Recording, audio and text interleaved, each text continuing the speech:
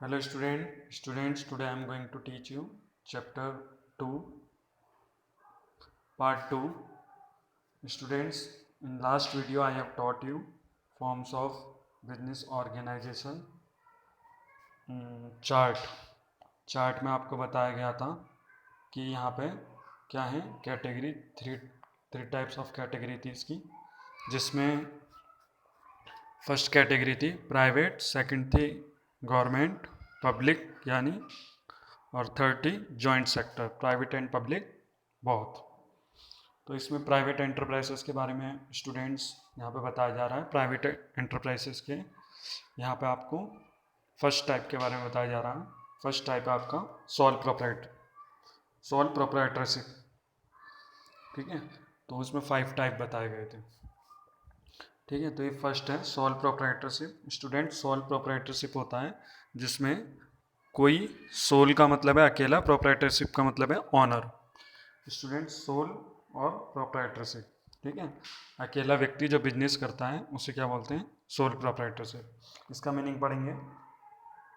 Sole proprietorship means a business owned, finance and controlled by a single person who is recipient of all profit and bearer of all risk.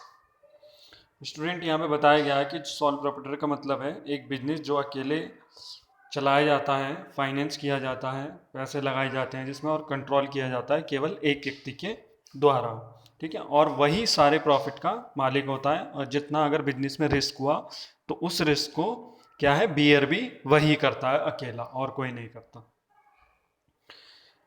It is suitable in areas of personalise service like beauty parlour, hair cutting, salons and small scale activity like retail shops. Student, sole proprietorship क्या होती है? जैसे आपने देखी होंगी street में और इनमें क्या होती है, शॉप्स होती हैं, ठीक है।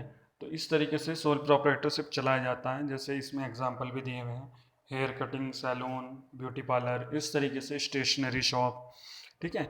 ये क्या करते हैं, ये छोटी छोटी दुकानें, अपना छोटी भी होती हैं दुकानें इनकी, बड़ी भी होती हैं, लाइक दैट, है ना, जैसा मतलब मार्केट है। तो इस तरीके से क्या है, ये बहुत बड़े लार्ज स्केल पे नहीं होती, क्योंकि अकेला व्यक्ति होता है वो इतना नहीं कर पाता, तो ये उनके लिए सुटेबल है। आगे पढ़ेंगे स्टूडेंट, इसके फीचर्स पढ़ेंगे, ठीक है। देखिए स्टूडेंट, फर्स्ट है हमारा single ownership. It is wholly owned by one individual. ये अकेले व्यक्ति द्वारा क्या है, इसकी जो ऑनरशिप होती है वो अकेले व्यक्ति द्वारा होती है, और कोई इसमें मालिक नहीं होता। दूसरा है control. Sole proprietorship has full power of decision making. यहाँ पे इस पे पूरी पावर है अपने बिजनेस के साथ, कैसे करना है, क्या करना है, कितने समय खोलना है, कब बंद करना है, ऑल डिसीजन क्या है, इसी के पास है। No separate legal entity. Legally there is no difference between business and business man. यहाँ क्या है, बिजनेस और बिजनेसमैन में क्या है, अलग से सेपरेट एंटिटी नहीं है। मतलब एक तरीके से ये है कि जो बिजनेस का मालिक होता है और जो बिजनेस होता है, ठीक है। देखिए बिजनेस एक अकाउंट में आपको प्रिंसिपल्स दिए हुए हैं, उसमें कहा जाता है कि जो बिजनेस होता है और बिजनेस का मालिक होता है उसमें क्या होता है, सेपरेट एंटिटी होती है, ठीक है स्टूडेंट। उसमें बताया गया है कि सेपरेट एंटिटी होती है, यानी दोनों का अलग अस्तित्व होता है, यानी एग्जिस्टेंस।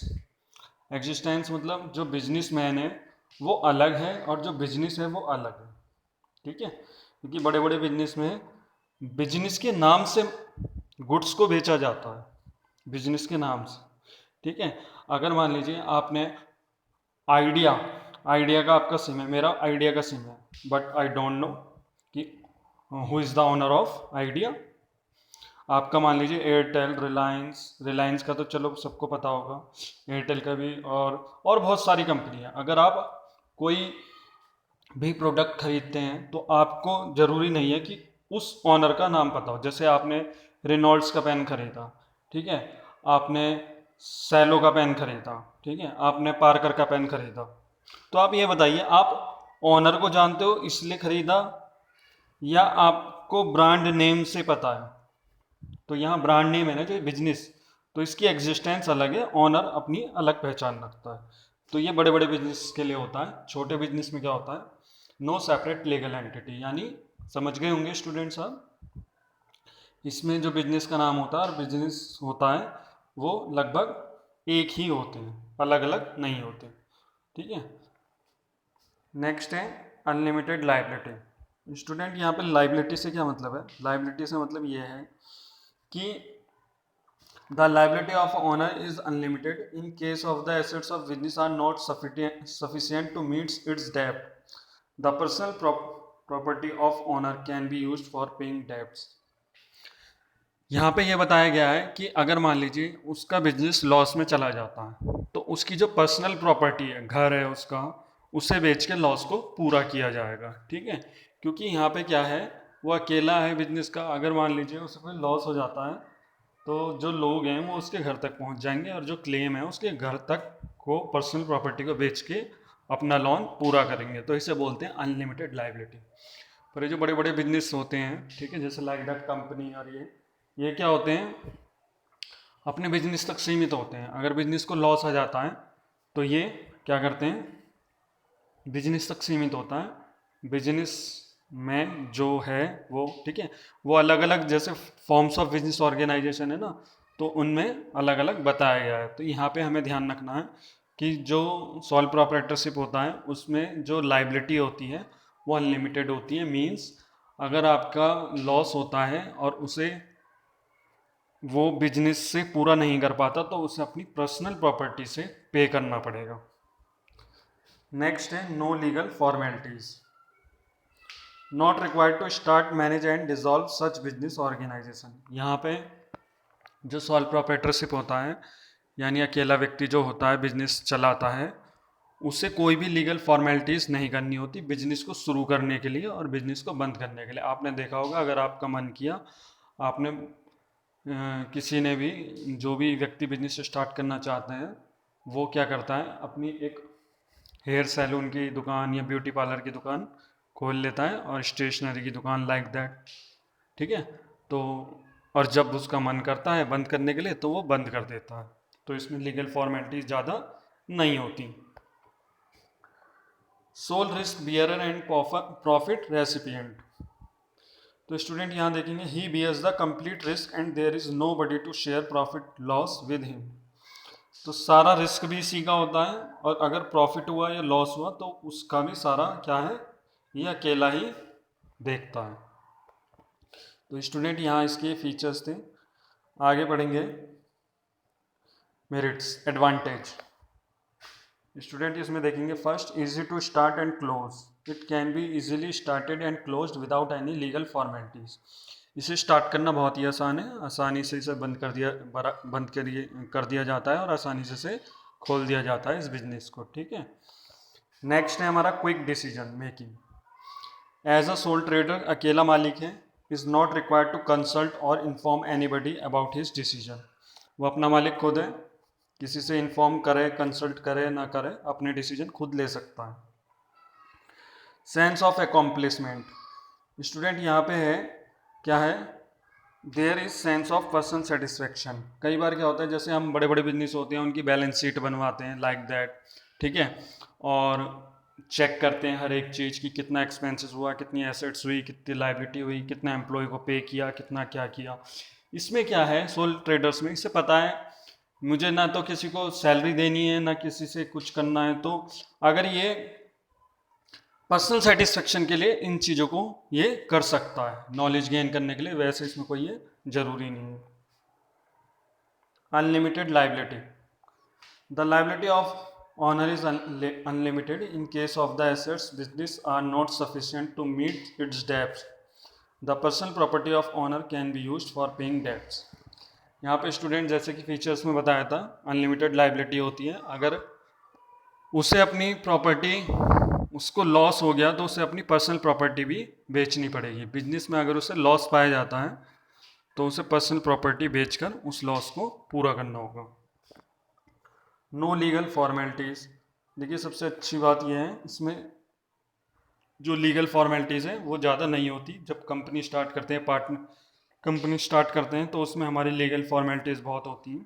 ठीक है, are required to start manage and dissolve such business organisation, इसे बहुत ही आसानी से बंद किया जा सकता है और खोला जा सकता है। नेक्स्ट है हमारा sole risk bearer and profit recipient, he bears the complete risk and there is nobody to share profit and loss with him. यहाँ पे भी स्टूडेंट्स वही पहले वाली बातें सब बताई गई हैं, ये इसकी एडवांटेज भी है, सारा प्रॉफिट इसी का होगा, लॉस भी यह अकेला ही बियर करेगा। स्टूडेंट नेक्स्ट पढ़ते हैं इसकी लिमिटेशन डिसएडवांटेज। तो फर्स्ट है लिमिटेड फाइनेंशियल रिसोर्सेज। देखिए स्टूडेंट, जैसे कि ये अकेला व्यक्ति है तो फंड्स आर लिमिटेड, इसके पास जो पैसा होगा मान लो वो अकेला होगा, to the owner personal savings and his borrowing capacity, वो अपनी कैपेसिटी के अनुसार लोगों से उधार मांग सकता है, जितनी इसकी कैपेसिटी होगी उसी के अकॉर्डिंग ये उधार मांग सकता है। नेक्स्ट है लिमिटेड मैनेजरियल एबिलिटी। स्टूडेंट ये कहा जाता है कि sole traders can not be good in all aspects, कोई भी अकेला व्यक्ति जो होता है वो हर चीज़ हर फील्ड में माहिर नहीं हो सकता, and he can not afford to employ expert also, और उसमें इतना भी मतलब इतना पैसा नहीं होता कि वो एक्सपर्ट्स जो होते हैं उनको अफोर्ड कर सके, यानी उन्हें सैलरी में, अब देखिए मान लीजिए कोई बिजनेसमैन होते हैं, सीए होते हैं या इस तरीके से, तो सोल प्रोप्राइटरशिप में ये सीए और जो एक्सपर्ट होते हैं मैनेजर होते हैं, अगर इनको ये रखेगा तो वो बहुत उनकी सैलरी जो होती है और जो काम करने का वो पैसा लेते हैं बहुत ज़्यादा लेते हैं, तो यहाँ पे सोल प्रोप्राइटरशिप क्या है, अफोर्ड नहीं कर पाएगा। Third, unlimited liability. Of course sole trader compels him to avoid risky and bold business decision. यहाँ पे क्या है, सोल ट्रेडर्स क्या होता है कि ये बहुत ज़्यादा क्या है स्टूडेंट, रिस्की और बोल्ड बिजनेस डिसीजन है, मतलब यहाँ पे अगर उसको लॉस हो गया इन केस ऑफ लॉस तो सारा लॉस उसे अकेले बियर करना होगा, और उसकी पर्सनल प्रॉपर्टी भी क्या होती है, जब्त कर ली जाती है, मतलब बेचनी पड़ सकती है, तो यहाँ पे क्या है, ये बहुत ही एक डिसएडवांटेज है। अनसर्टेन लाइफ, अब देखेंगे डेथ, इंसॉल्वेंसी, लोनेसी और illness of a proprietor affect the business and can lead to its closure. यहाँ पे बताया गया है कि अगर मान लो किसी सोल प्रोप्राइटरशिप की डेथ हो जाती है या कोई मेंटल प्रॉब्लम या कोई इस तरीके से कोई भी दिक्कतें आती हैं तो इसके बिजनेस पे इफेक्ट पड़ता है और ये बिजनेस इनका बंद भी हो सकता है। नेक्स्ट है limited scope for expansion. Due to limited capital and managerial skill it can not expand to a large scale. यहाँ पे हम देखेंगे कि इसके पास कम कैपिटल होने की और मैनेजरियल मतलब टैलेंट कम होने की वजह से क्या है, ये अपने बिजनेस को काफ़ी लार्ज स्केल तक नहीं पहुंचा सकता।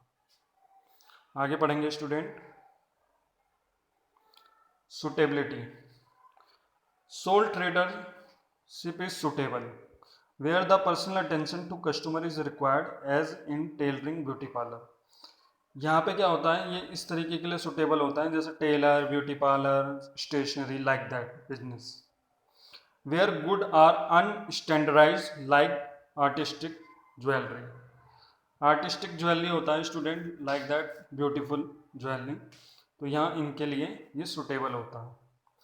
Where modest capital are limited manager skills are required as in case of retail store. यहाँ पे वो बिजनेस चल सकते हैं जिन्हें कम पैसों की आवश्यकता से बिजनेस शुरू हो जाते हैं, ये उनके लिए सुटेबल होता है, बड़े बिजनेस के लिए सोल प्रोप्राइटरशिप सुटेबल नहीं होता। Business where risk is not extensive.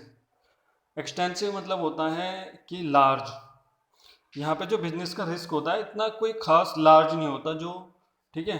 Laser fluctuation in price and demand, क्या है, फ्लक्चुएशन होता रहता है प्राइस और डिमांड के बीच में कम, दैट इज स्टेशनरी शॉप। तो यहाँ पे ज़्यादा रिस्क नहीं होता, इतना भी नहीं कि जैसे बड़े बड़े बिजनेसों में एकदम बहुत ज़्यादा रिस्क हो जाते हैं, ठीक है स्टूडेंट। तो ये सुटेबिलिटी थी। तो स्टूडेंट्स ये आपका वीडियो